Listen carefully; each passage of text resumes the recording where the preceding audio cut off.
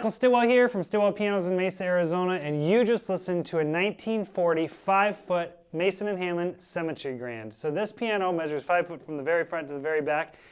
And if you watch closely while Doug was playing this piano is extremely unique. This is called a Symmetry Grand. So in most pianos, you have a flat side on that side of the piano, and then the piano kind of bells out like this and curves around. This piano has a bell on both sides. It has a curve on both sides.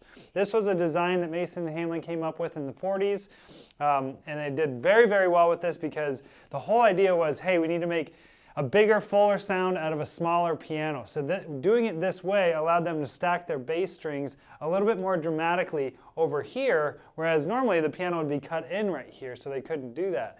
So in these little 5-foot pianos, they have so much rich and full sound because the strings are so long, even though they're small pianos. So if you've been looking at like a Steinway S, which is a 5'1" piano, or any like the Petrov stuff that's around 5'1", these pianos are in that caliber. And to be completely honest, in my opinion, if you watch our channel before, you know Mason Hamlin's my favorite piano.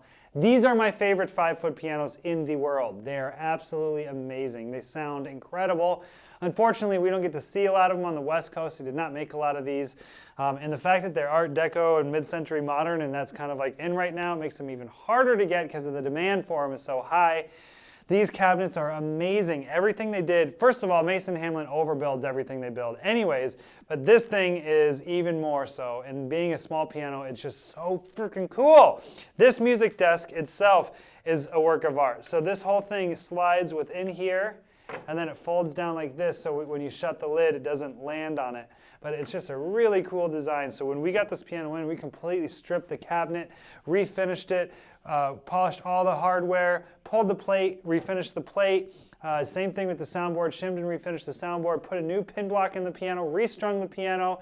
We did so much work to this piano, and it turned out absolutely amazing. I personally picked this color. I really liked this kind of more darker brown color. And it just turned out stunning. So I'm going to pull the action and show you what we got going on inside now. All right, so now that I got the action out, I can show you what's going on inside. So this kind of color that you see when you see these older rebuilt pianos, this stuff here, this means this has been soda blasted. So somebody took these action parts off and soda blasted them and cleaned them all off and saved them. These are actually obel greens on here, these hammers. So these are German hammers, and they're in very, very good shape.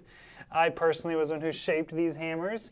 So I really like the way they turned out. They did really well. So whoever rebuilt this piano before us, somebody definitely did some rebuilding work to this before we got to it. What we did to it was basically we just soda blasted all these key sticks, rebushed the keys on the balance rail and the front rail, and then we replaced all the let-up button screws and just kind of rebushed all of the action. So all these action parts, we put new center pins and new bushing felt in, and just kind of refelted the action because it really just didn't need to be replaced. It was in really good shape. 1940s is not that old as far as the wood goes, so we had to replace the felt, stuff that wears out, but everything else we were able to save.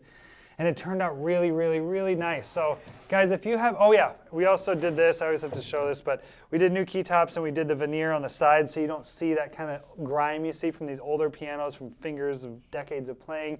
We put a nice veneer on the sides when we do the key tops. And then we painted the sharp keys as well, re-lacquered them. So guys, if you have any questions about this particular piano or any other piano on our website, always feel free to shoot me an email at michael@stillwellpianos.com. Thanks for watching, guys.